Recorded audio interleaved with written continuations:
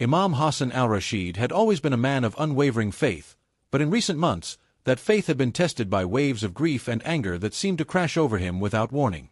The loss of his youngest son in a senseless accident, followed by the vandalism of his mosque, had left bitter seeds in his heart that he struggled daily to uproot through prayer and contemplation. On this particular autumn evening, as he walked through the older part of the city where Christian and Muslim families had lived side by side for generations, Hassan found himself consumed by a familiar darkness. The narrow streets seemed to press in on him, and every sound, a child's laughter, a car horn, even the rustle of leaves, grated against his raw nerves. He had been visiting Mrs. Chen, an elderly parishioner from the local Catholic church who had been one of the few to speak out against the vandalism of his mosque. Her small act of solidarity had meant more to him than she could know, and he had wanted to thank her personally. But she hadn't been home, and now he walked back through the gathering dusk, his heart heavy with unspoken gratitude and persistent sorrow. As he turned down a narrow alley that would lead him back to the main road, Hassan noticed a small courtyard garden tucked between two buildings. It was clearly part of the Catholic church property. He could see the Gothic spires rising beyond the garden walls. In the center of the space stood a statue of the Virgin Mary, her arms outstretched in a gesture of welcome, her stone face serene in the lamplight. Hassan stopped walking. Something about the statue stirred an unexpected surge of resentment within him. Here was this figure, venerated by Christians as the mother of their Savior, standing peacefully while his own community suffered. Where was her intercession when his mosque was defiled? Where was her maternal protection when his son lay dying in the hospital? The rational part of his mind recognized these thoughts as unfair, even blasphemous according to Islamic teaching, which held Mary in the highest regard. But grief and anger are not rational forces, and in that moment, Hassan felt only a burning need to strike out at something, anything, that represented the perceived indifference of the divine. Without fully understanding what he was doing, Hassan approached the statue. His breathing came in short, sharp bursts, and his hands trembled with a rage that had been building for months. Before he could stop himself, he drew back his foot and kicked hard at the base of the statue. The impact sent a shock of pain up his leg, but it was nothing compared to the immediate wave of shame that washed over him. What had he done? This was not just vandalism. This was a desecration of a figure that his own faith tradition honored as one of the most righteous women who ever lived. In Islamic teaching, Maryam, as she was known in Arabic, was chosen above all women, the mother of Isa, Jesus, a prophet whom Muslims deeply revered. Hassan staggered backward, his face burning with mortification. He looked around frantically, expecting to see angry faces, security guards, someone who had witnessed his shameful act. But the courtyard was empty, silent except for the soft whisper of wind through the nearby trees. As he stood there, breathing heavily and struggling with his conscience, Hassan noticed something strange. Where his foot had struck the statue's base, a small crack had appeared in the stone. But from that crack, impossible as it seemed, a thin stream of clear water was beginning to flow. Hassan blinked, certain he was seeing things. But the water continued to flow, forming a small pool at the statue's base. The liquid caught the lamplight and seemed to shimmer with an inner radiance. Hassan approached cautiously, his anger replaced now by wonder and fear. As he knelt beside the growing pool, Hassan caught sight of his own reflection in the water. But it wasn't quite his reflection. The face looking back at him seemed younger, less burdened, and in the eyes he saw not anger or grief, but a deep, abiding peace that he hadn't felt in months. "Forgive me," he whispered, not sure if he was addressing the statue, Allah, or his own troubled conscience. "I don't know what came over me." The water continued to flow, and Hassan found himself thinking about Mary, not as a Christian icon, but as the woman his own Quran described as devoted, pure, and chosen by God to bear one of the greatest prophets. He remembered the verses he had memorized as a child, and remember when the angel said, "O Mary! Allah has chosen you and purified you and chosen you above the women of all nations." How had he forgotten this? How had his grief so clouded his judgment that he would strike out at a representation of someone his own faith held in such esteem? As these thoughts raced through his mind, Hassan became aware that he was no longer alone in the courtyard. An elderly priest had emerged from a side door of the church and was walking slowly toward him. Hassan's first instinct was to run, but something in the priest's demeanor, calm, unhurried, without apparent alarm, made him stay. "Good evening," the priest said simply as he approached. His voice was gentle, with a slight accent Hassan recognized as Polish. I am Father Kowalski. I saw the light from my window and thought I should check on our garden. Hassan stood up quickly, water from his hands dripping back into the pool. Father, I must apologize. I have done something terrible. I damaged your statue, and now... He gestured helplessly at the flowing water. Father Kowalski looked at the statue, then at the water, then at Hassan's troubled face. To Hassan's surprise, the priest's expression wasn't one of anger or accusation, but of gentle curiosity. "What is your name, my friend?" the priest asked. "Hassan. Hassan al-Rashid. I am the Imam at the mosque on 5th Street. Recognition dawned in the priest's eyes. "Ah, yes. I heard about the terrible vandalism your community suffered. I am so sorry. Such acts of hatred have no place in our city." Hassan felt tears welling up in his eyes. "Father, I came here in anger tonight. I kicked your statue, and I don't understand what has happened since." Father Kowalski nodded slowly. "Anger and grief can make us do things that are foreign to our true nature. But perhaps something good can come of this moment." He gestured to the flowing water. "In my 40 years as a priest, I have never seen anything like this. May I ask what you were feeling when this began?" Hassan struggled to find words. "I have been so angry since my son died, since my mosque was attacked. I felt abandoned by God, and when I saw the statue, I took out my frustrations on something that should have been sacred to me as well." "Sacred to you as well?" Father Kowalski asked.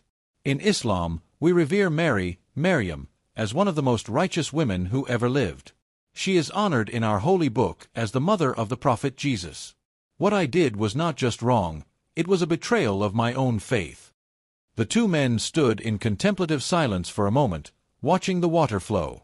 Then Father Kowalski spoke quietly. "Perhaps this is not a punishment, but a gift. A reminder that our faiths share more than we sometimes remember." Over the following weeks, word of the miraculous spring spread through both communities. Scientists came to test the water but found nothing unusual in its composition. It was simply pure, clean water emerging from what had previously been solid stone. Geologists examined the area and could offer no explanation for the phenomenon. But for Hassan, the real miracle wasn't the water itself, it was what began to happen in his heart and in the community around him. The shame of his initial act had forced him to confront the anger and grief he had been carrying, and in doing so, he found himself able to process his son's death in a healthier way. More significantly, the incident became a catalyst for unprecedented cooperation between the mosque and the local churches. Hassan and Father Kowalski began meeting regularly, not to debate doctrine or seek converts, but simply to understand each other's perspectives and find ways their communities could support one another. They organized joint service projects, cleaning up vandalized properties regardless of whether they were Christian or Muslim, visiting hospitals together to comfort families in crisis, and creating interfaith discussion groups where young people from both communities could learn about each other's traditions. The spring continued to flow, and people from both communities began visiting it, some seeking miraculous healing, others simply looking for a quiet place to pray or reflect. Hassan often found himself there in the evenings, no longer angry, but filled instead with a sense of purpose he hadn't felt since before his son's death. One evening, about 3 months after the incident, Hassan was kneeling by the spring when he noticed a young woman approaching hesitantly. She wore a hijab and looked to be in her early 20s, around the age his son would have been. "Excuse me," she said softly. "Are you Imam Hassan?" "I am," he replied, standing up. "My name is Aisha. I heard you speak last week at the interfaith gathering. My brother was killed in Afghanistan last year, and I've been so angry at God, at the world, at everything. But hearing your story about finding peace after loss, it gave me hope." Hassan felt his heart swell with gratitude, not just for this young woman's courage in seeking help, but for the unexpected path his life had taken since that dark evening when he had let his anger overcome his better judgment. "Would you like to sit and talk?" he offered. "Sometimes sharing our burdens makes them lighter." As they sat by the gently flowing spring, Hassan began to tell Aisha about his journey from anger to acceptance, from isolation to community. He spoke about the importance of allowing ourselves to grieve while not letting grief consume us, about finding ways to honor those we've lost by serving others who are still with us. "But how do you do it?" Aisha asked. "How do you get past the feeling that God has abandoned you?" Hassan considered the question carefully. "I think," he said finally, "that God never abandons us. But sometimes our pain is so great that we can't feel the divine presence. The miracle isn't that God suddenly shows up, it's that we find ways to open our hearts again to what was always there." He gestured to the statue of Mary, her stone face still serene in the lamplight. "When I first saw her, I saw only what was different between our faiths. But now I see someone who understood loss. She watched her son die, just as I did. She knew grief, just as we do. And yet she is remembered not for her sorrow, but for her faith, her strength, her willingness to say yes to God's plan even when it was difficult." Aisha was quiet for a long moment. Then she asked, "Do you think the water really has special properties? Some people claim it has healed them." Hassan smiled. "I don't know about healing in a physical sense. But I know that this place has become a source of healing for our community, bringing people together who might never have spoken otherwise, giving us a shared symbol of hope. Maybe that's miracle enough." As the months passed, the spring garden became a regular gathering place for people from various faith backgrounds. Hassan often found himself serving as an informal counselor to those struggling with loss, anger, or spiritual questions. The work was deeply fulfilling, giving him a sense that his son's death, while still painful, had not been meaningless if it could lead to his ability to help others navigate their own dark periods. One particularly meaningful encounter occurred almost a year after the spring first appeared. Hassan was tending to some flowers that had been planted around the statue when a middle-aged man approached him. The man was clearly agitated, his hands shaking and his face flushed with anger. "Are you the Imam who started all this?" the man demanded, gesturing toward the statue and spring. Hassan straightened up, recognizing the potential for confrontation. "I am Imam Hassan, yes. How can I help you?" "My name is David Brennan. My son was one of the kids who vandalized your mosque last year. He's been in jail for 6 months, and I've been angry at everyone. At him, at your community, at God. Someone told me you come here to pray, and I wanted to. I don't know what I wanted." Hassan felt a complex mix of emotions. This was the father of one of the young men who had spray-painted hateful words on his mosque walls, who had broken windows and damaged property that represented the heart of his community's spiritual life. But looking at David's face, Hassan saw not an enemy but another grieving parent struggling with shame and disappointment. "Would you like to sit down?" Hassan offered. "It sounds like you're carrying a heavy burden." David's aggressive posture crumbled, and he sank onto one of the benches that had been placed near the spring. "I raised him better than this," he said, his voice breaking. "I don't understand how he could do such hateful things. When I heard about what you've done here, how you've worked with the churches to build bridges instead of walls, it made me feel even worse about what my son did." Hassan sat down beside him. "Tell me about your son. What was he like before this happened?" For the next hour, David spoke about his son Michael, a bright kid who had gotten involved with the wrong crowd, who had been struggling with his own identity and had unfortunately found temporary belonging in a group that defined itself through hatred of others. As David talked, Hassan found himself thinking not about the damage to his mosque, but about the damage that hatred had done to this young man and his family. "I've been wanting to apologize to your community," David said finally. "But I didn't know how. What my son did was unforgivable." Hassan considered his words carefully. "What your son did was hurtful and wrong. But unforgivable? I'm not sure I believe in unforgivable acts, especially when they're committed by young people who are still learning who they want to be." "You really believe that?" "I believe that people can change. I believe that even our worst mistakes can become opportunities for growth if we're willing to learn from them. The question is, what kind of man does Michael want to be when he gets out of jail?" This conversation led to a series of meetings between Hassan, David, and eventually Michael himself, who was granted permission for supervised visits to participate in restorative justice sessions. The young man was initially defensive and hostile, but gradually, as he listened to Hassan speak about the impact of the vandalism on the mosque community, his attitude began to shift. "I thought you all hated Americans," Michael admitted during one session. "The guys I was hanging around with, they said Muslims were trying to destroy our way of life." Hassan nodded. "And what do you think now?" Michael looked around the garden where they were meeting, taking in the peaceful coexistence of Christian and Muslim symbols, the diversity of people who came to pray and reflect. I think maybe I was listening to the wrong people. The restorative justice process culminated in Michael volunteering to help repair the damage to the mosque when he was released. But more than that, he became one of the most vocal advocates for the interfaith programs that had grown out of the Spring Garden Initiative.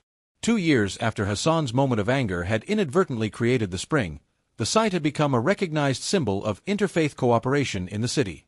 Religious leaders from Jewish, Buddhist, and Hindu communities had joined the regular gatherings, and the mayor had officially designated the garden as a sacred space for all faiths. Hassan often reflected on the strange chain of events that had led to this transformation. His moment of greatest shame, kicking the statue in anger, had somehow become the catalyst for the most meaningful work of his life. It was as if his act of desecration had cracked open not just the stone, but his own heart, allowing something new and beautiful to flow forth.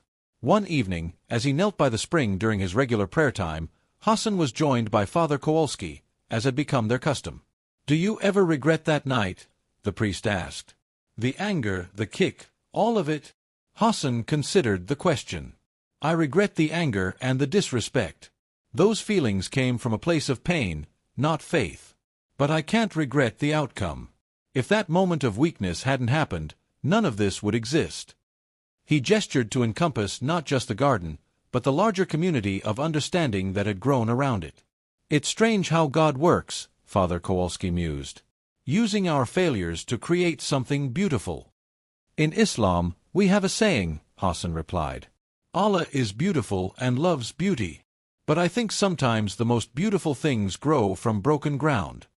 As the sun set behind the church spires, the two men sat in comfortable silence, listening to the gentle sound of water flowing from stone, each lost in his own prayers but united in their gratitude for the mysterious ways that grief can transform into hope, anger into understanding, and a single moment of human weakness into a spring of healing that shows no signs of running dry. The miracle, Hassan had come to understand, wasn't really about water flowing from stone. The miracle was about the human capacity for growth, forgiveness, and transformation, even in the midst of our deepest pain. It was about the possibility that our worst moments could become doorways to our best selves, if only we had the courage to walk through them with open hearts. In the years that followed, Hassan would often bring people to the garden, those struggling with loss, anger, interfaith tensions, or spiritual doubt. He would tell them about the night he let his grief overcome his faith, and about the unexpected grace that had flowed from that moment of failure. "The spring still flows," he would say, "not because of my righteousness, but in spite of my weakness." And that, perhaps, is the most miraculous thing of all, that our brokenness can become a source of healing, not just for ourselves, but for our entire community. And in the gentle sound of water flowing from stone, visitors would often find the peace that Hassan himself had discovered, that even our greatest failures can become, through grace and hard work, our most profound gifts to the world.